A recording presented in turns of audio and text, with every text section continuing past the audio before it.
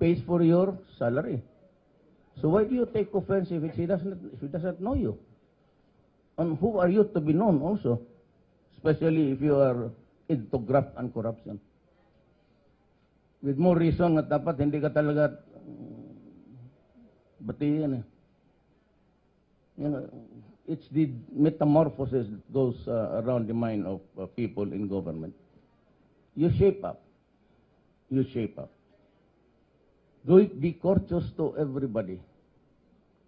Baski wala kang ngipin.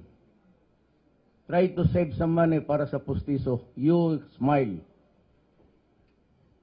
Do not be ashamed to smile because wala kang ngipin. Magpadagay ka ng pustiso. Tumawa ka. Para nga, that's the only language that, you know.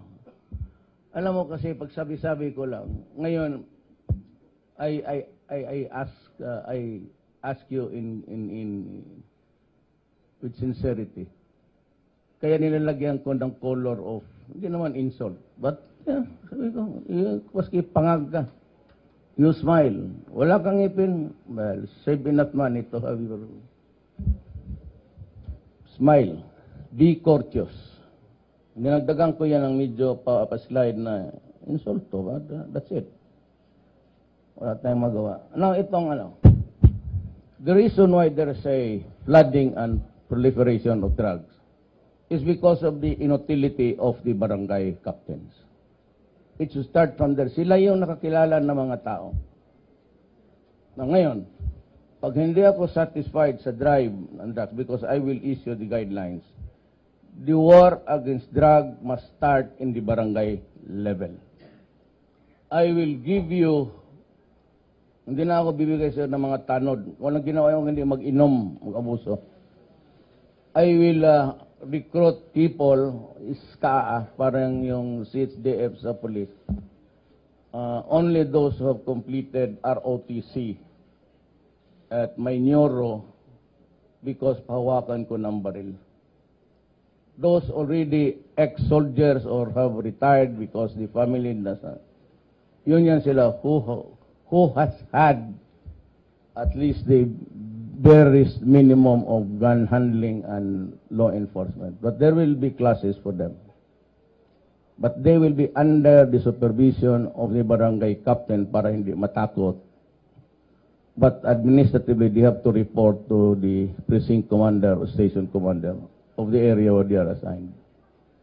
I will buy, kasi takot eh. Ang madurugista talaga may baril. If you, I am sure if you dig deep into sa kultura ng drugs, all of them, may mga baril yan. Because you know, as you know very well, that phenomenon starts with yung tawag nito. They're scared. They think that somebody is following them. That's why they try to burn their mother because she was the devil and patayin yung grandfather, tatay kasi akala niya demonyo. Diyan ako galit sa drugs because during our time, wala namang nire-rape na bata.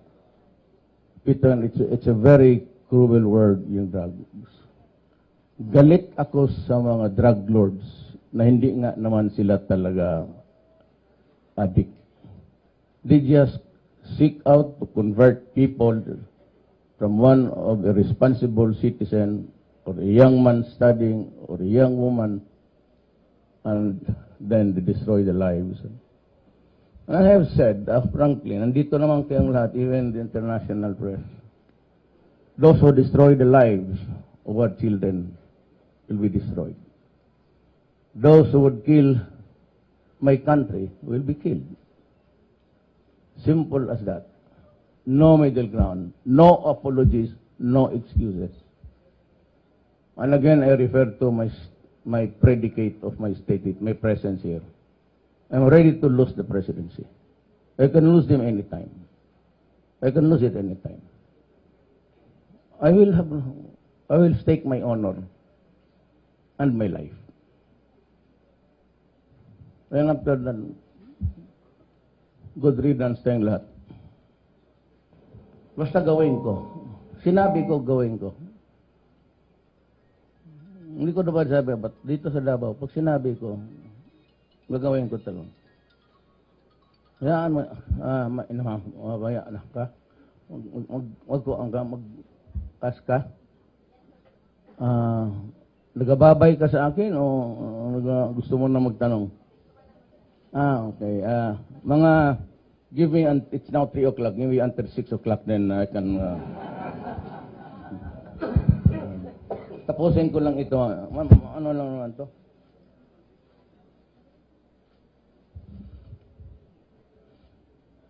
Actually, ma'am, nagkalagnat na ko. You know why? Because my defenses were down actually. You're not talking to a young man.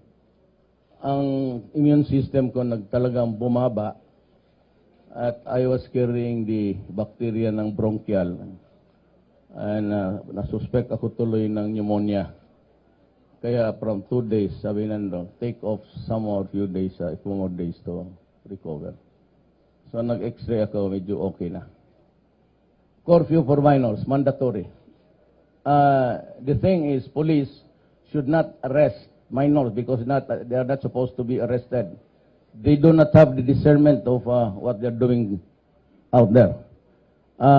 Arrest the parents instead. The barangay captain should direct the police where the parents live and arrest them.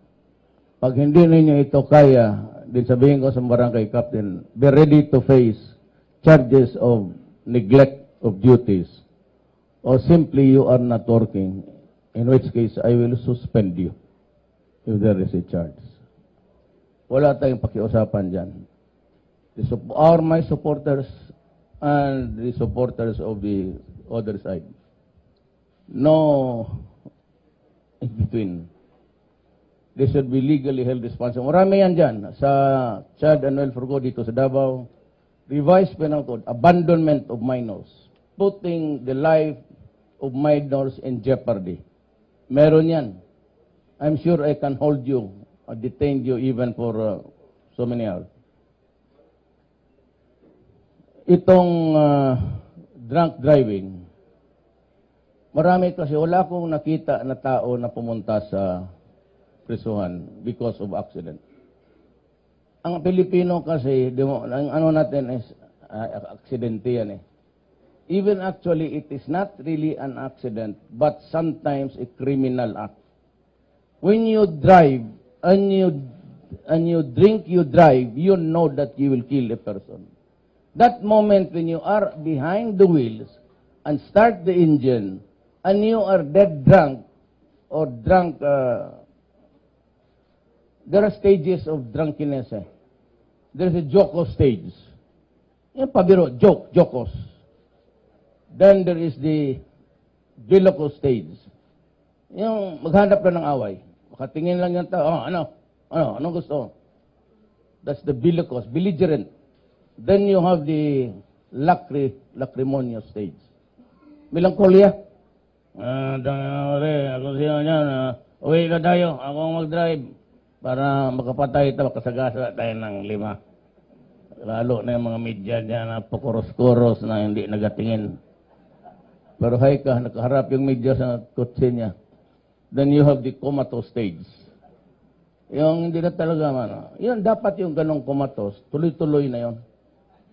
If you're so dead drunk, your brain is out of function, and you are really dead drunk. And that's what is called comatose stage. And for those who are into that state, I hope it would continue for all time. Yun. So, I will now make a recommendation to Congress to take it out from the probation law. Kasi dito, pag nakasagasa ka ganon, and the sentence is below 6 years, you do not go to prison. You simply, Judge, guilty ako but I'd like to apply for probation. Then you report to the probation officer. That is not good enough. Pero yung iba kasi, it's almost insanity now that rules the highways.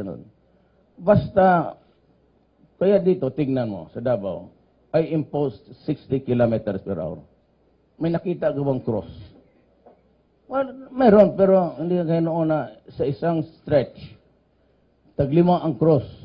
Dito, tapos sa ibang barangay, mayroon namang cross. Sabi, anak ka. Kasi, basta pag nandyan na, drive, lalo na lasing, hirit yan, narurot. Diyan sa EDSA, alam mo itong moneyed people, especially because sports car, mga soup up yan, they tinker with the engine. And they think that they own the streets, public. Forget the idiot forgetting that that road is for all because ang gumastos dyan ang tao. Hindi yung tatay pati nanay niya na mayaman. See?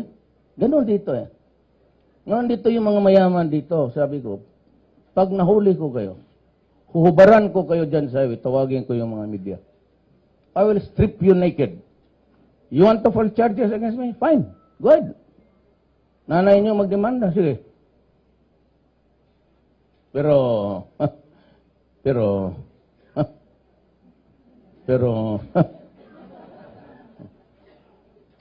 mga abusado eh. Kita mo yan sa puro sports car. Wrong! If you happen to cross the street at that moment, you're a gunner. 80, 90 miles per hour, hindi na ma-break yan. 60, kaya pa. Controlled. So, EDSA will be 60. Meron that habulan tayo. Pag hindi hinabol ng pulis, kita ko sa camera, ang pulis ang habulin ko. Nagkampulisa ka. Totoo. Ano tayo, we make it equally responsible to each other and to your fellow men. Police, trabaho ka. Yan ang trabaho mo. Tapos dito, sige, hulihin ka. Prangkahan tayo para walang istorya na marami. I run it like a city because I am just a city mayor, but it will applies to all. Gaya ng basa na. Kagaya ng itong bayad my way. Diyan sa kanto, maghulog ka lang ng ilan dyan, then you disturb the neighborhood. And it makes a city, noise pollution can be abated anytime because it is a nuisance.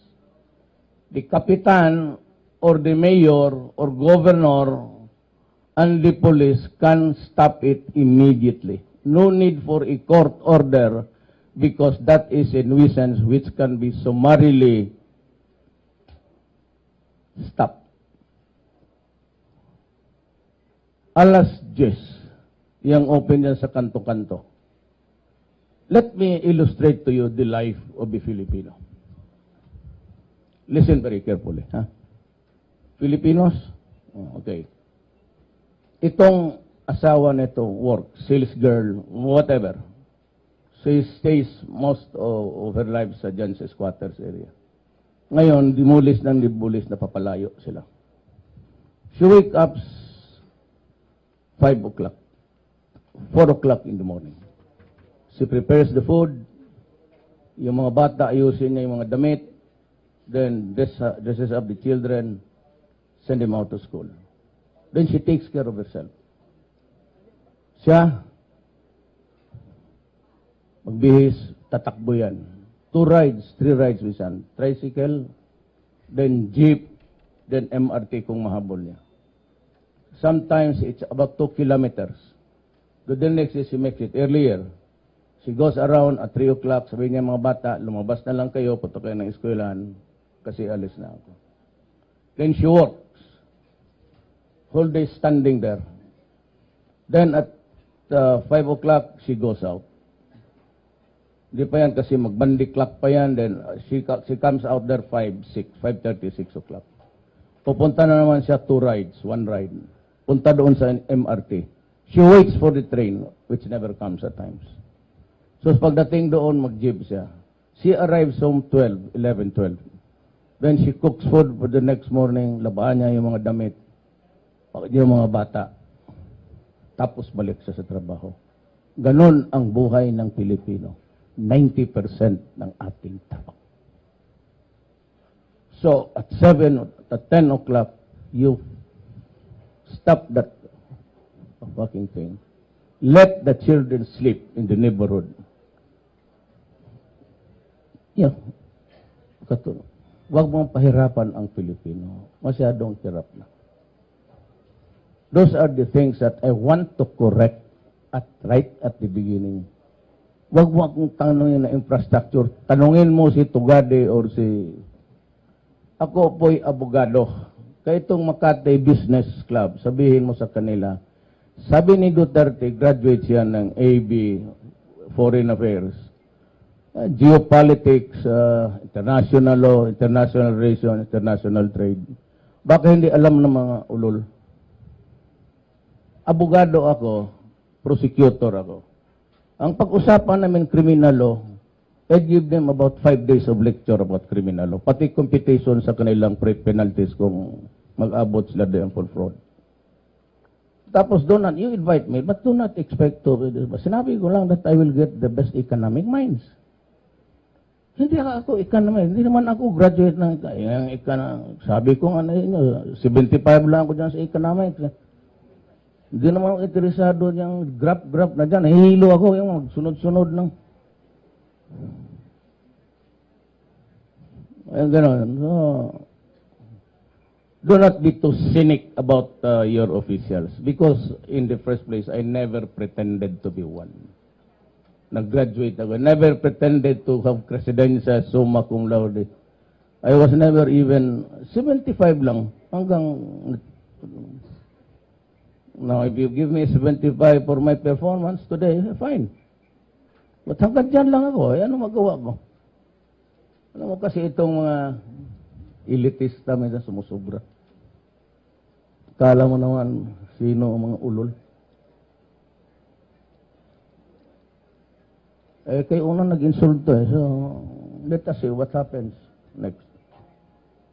Ngayon, kinukuha ko si Carlos Dominguez, kababata ko yan. Dito kami lumaki, itong subdivision na ito dito. He was my childhood friend. He was our valedictorian. Kindergarten valedictorian up to,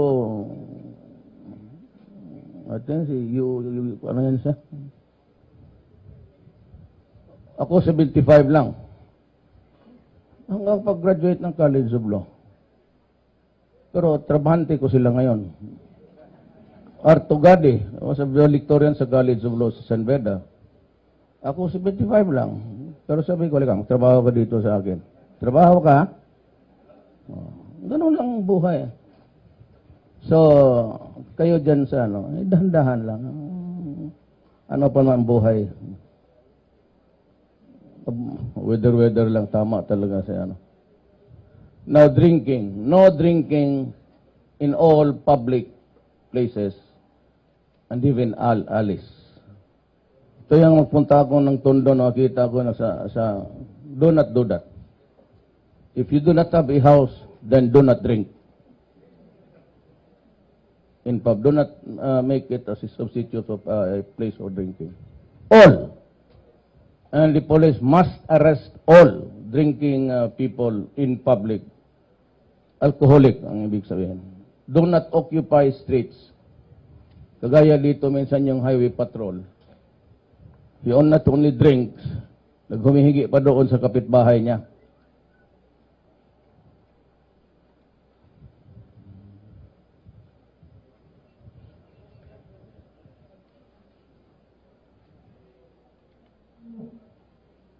Drinking must stop in all public places, lalo na mga plaza.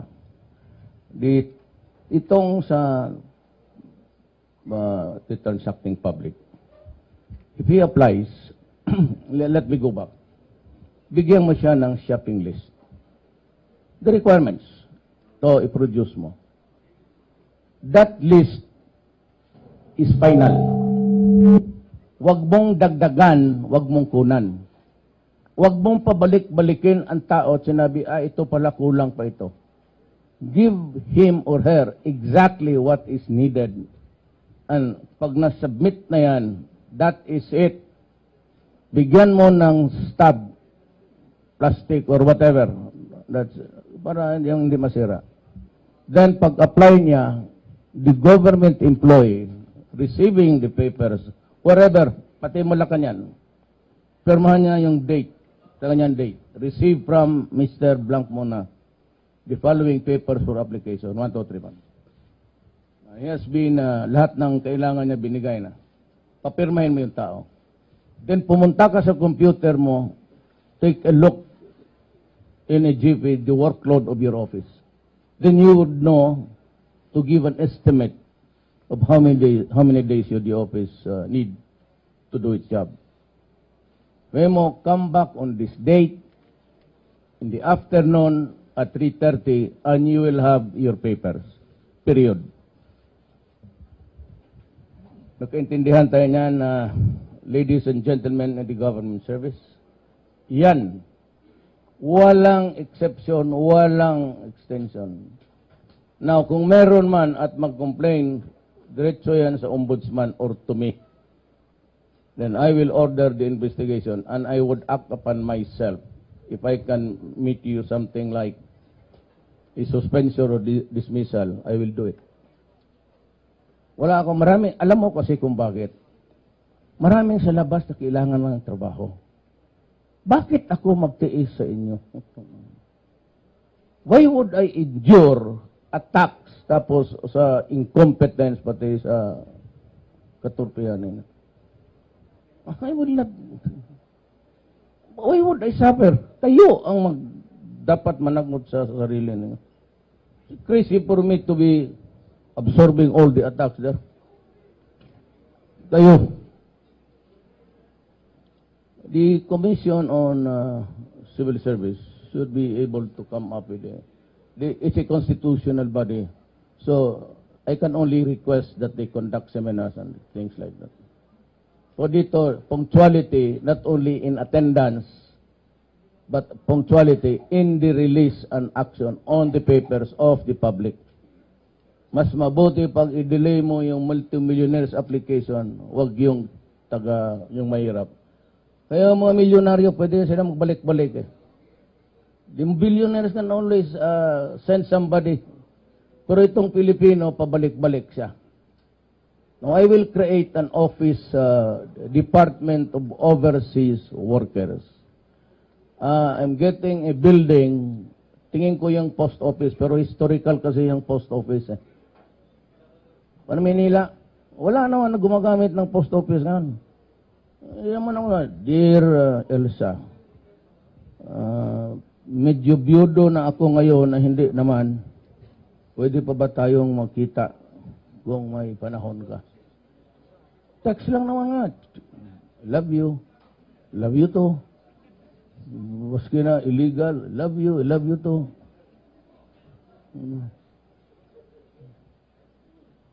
So, I plan to convert it to something very functional, very useful to the Filipino.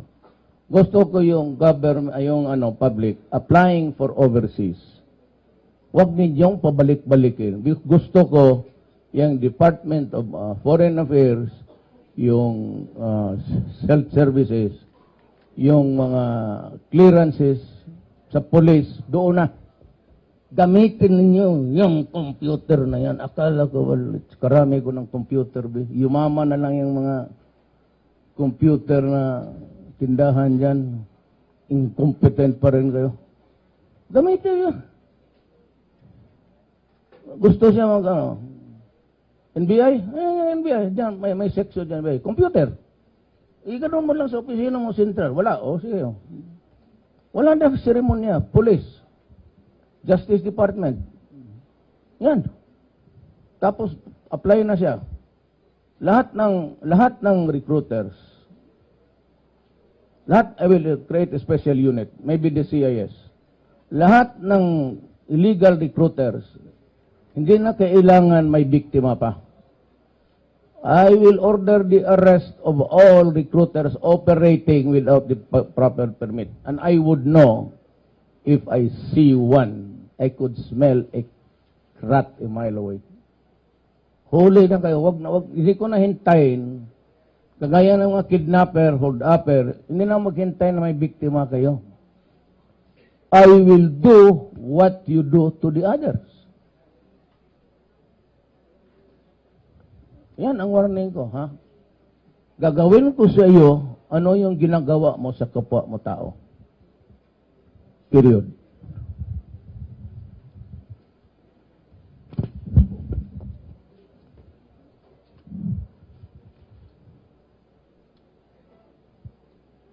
Mga sa estudyante, time and again, this has been the warning, it's never complied. No collections of ever kind. Walang collection. Pag wala kayong pamparte, then there is no party. And any dress would do in public. No more uniforms. Itong K-12, ayaw ko to, but after it was explained to me by an education expert, I kind of really wavered on it. Nag-vacillate ako dito, but let me come up with a clear decision on the matter. Maybe sometime before, give me until the end of the month. I want to talk to the new prospective Secretary of Education.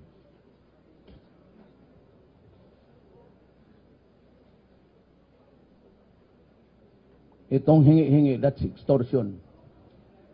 It is extortion or illegal exaction. Yung mga taxi, both dito sa Davao pati sa Maynila. Alam mo, pag kinuha mo yung pera ng tao kasi wala kang sensilyo at hindi mo talaga binalik, that is estafa. It is not a simple violation. Kaya sinabi ko sa mga driver dito, it is not your money and you go away with it.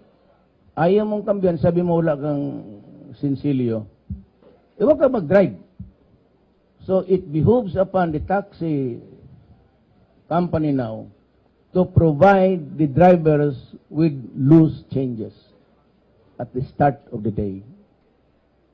Ganon. And I would like to ask also the riding public, para hindi kayo mabiktima, to try to estimate how much you'd pay for your fare. Kasi minsan bigyan mo ng 100, itatakbo ng gago, wala siyang no loose change.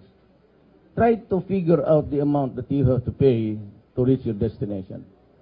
Pati itong mga taxi driver, you must have loose changes at all times.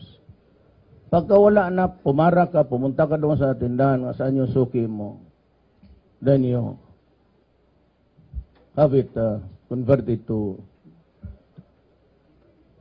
coins and smaller denominations. Those are my thoughts while I was recuperating. And itong isang babae tali na mapigilan ang kamay. Gusto na itaas. Pakihila nga ng kamay niya. Papuntang itaas. Where is she? Okay. Ma'am, may I have your first question? And the last for the day. Hapon na eh. Hindi, biro lang. Lambing lang, ma'am. Nung kumaniwala dyan.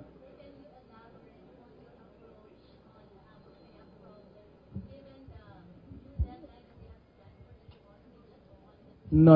I never set any deadlines. Itong Mindanao issue, itong federalism, the Mindanao issue hinges on our success or failure sa federal system. Nothing short of nothing will ever appease the Moro people sa Mindanao kung hindi. Because failed yung Tripoli Agreement, yung kay Normi Suare, then the then you have the specificity of President. It all failed. Gusto talaga nila ngayon federalism. We have to give it if we want to have a peaceful Mindanao and eventually a peaceful country. Nothing short of that will bring peace to our land. So, yung Abu Sayyaf is connected with the Mindanao issue. It drove most of the young men to in this desperation and being radicalized. Now, ayaw ko yan silang makontaminate ng ISIS. So in the meantime, I'll just have to cooperate with them that they must know the consequences of their acts. When the time comes, when it is the right time, I would make it clear to every negotiating body that it does not include condemnation. not condemnation. It does not, the position is not really condemnation, but nation building. But for those who committed serious crimes, they must answer for it. There will be a time to reckon with that I would ask everybody there to surrender and release all hostages. But it will not come until we have started the talks in Mindanao. Kasi ang karamihan yan, galing rin sa MI pati MN. Those are the arms that were in the hands of people that were, well, the situation drove them into radicalization. Pangawin wala nang makita ito. Kung gano'n na lang man, di sige, yung gusto niya. So, damay lahat. But criminality, ito kasing sa Abu Sayyaf, sa ano, it is bad enough to kidnap people, but to kill them in public execution, talaga nga. Ito, but it does not include dito sa criminality. Drugs, criminality, then I'll fix government, corruption, at the same time allow the economic managers to work, and I will follow, if it is really for the good of the country, every recommendation that they would have. Yan ang akin. So itong Abu Sayyaf takes time. But at sometime in the future, we just have to talk about real issues. But I would like to stress now that normal police operations will continue. An aggressive police presence will continue. And the armed forces will be called to assist. Philippine Navy, Marines and all. And even in the drive against criminality, the military will have to do its share. Now, I will answer for those that are committed in the performance of duty. I, as the President, will be assuming full legal responsibility. I only ask that the other constitutional bodies, I said, give us the little respect that we deserve. Huwag naman yung pabalabag na istorya kasi wala ako, I can take it, I said. Before I forget, I would like to know from anybody in the executive department of the past administration why we lost the Scarborough Shoal. I can take all the insults and mud and garbage. That is part of the territory of politics. Pero itong mga ganito na mawalaan tayo ng lupa, or at least whatever is under the water is lupa, it belongs to our economic zone. Why is it now that if it is an exclusive economic zone, we can no longer operate in that area? Ang mga fishermen natin are deprived. If it's really an exclusive. So, somebody should tell me in the coming days how we lost the Scarborough Shoal. No, Trillanes went there 16 times. After the 16th visit, nawala ang Scarborough Shoal. Somebody has to answer for a lot of these things. Means the livelihood, food security of the Filipino people. And to me, it's treason. Yes, Pea, ay lumiliit na yung kamay mo sa hands up. Sige, bertikan mo na lang si CNN. Dito ka, tanda na itong boyfriend mo. Liga dito ka.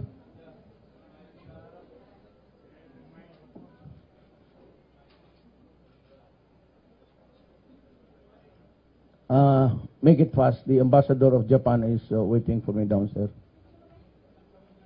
Dito ka, ibulong mo na lang, halika.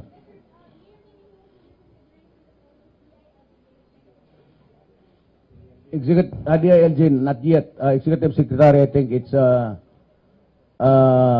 si Mijaldia Bingbong. He's acceptable to all. He's the son of, his father used to be the provincial fiscal dito noon. About the time when my father was governor of this place. Then he went to be a justice of the Supreme Court. Anak ito siya. But it's good. It's good. Siya ang executive secretary. I would like to talk to Yasay. He said that he's only good for less than 1 year. So if that is the case, anyway, Alan might want it for himself, yung position na yan. Kung magtanggap siya na less than a year, acting secretary, I did not submit maybe his appointment to the commission appointments. I think I'll take him in. Ang sigurado dyan, si Bingbong, executive secretary, Panelo will handle the Malacanang press, and his designation is presidential spokesman. Then you have Tugadi, you have Sunny Dominguez, and Yasay Dominguez and Tugadi. I'm still awaiting for somebody to handle defense.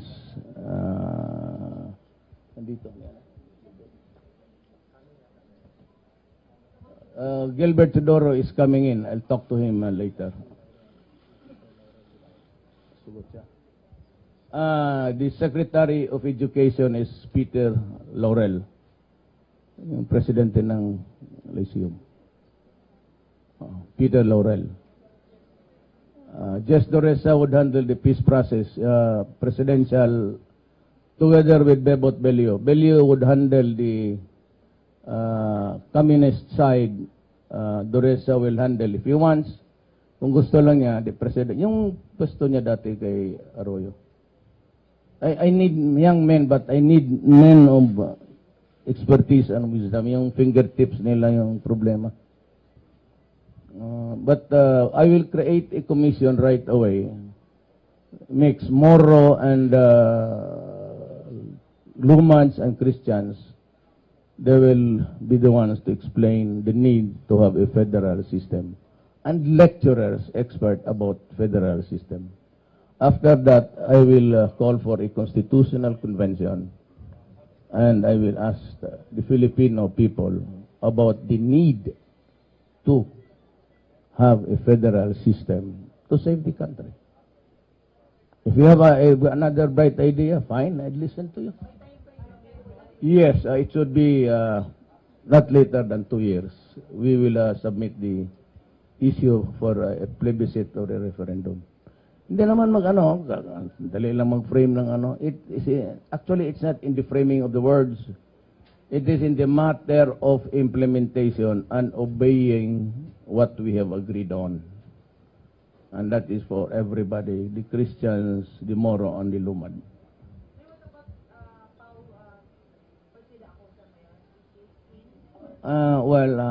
Let me see, I said.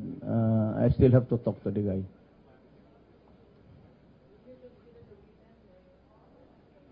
I have always considered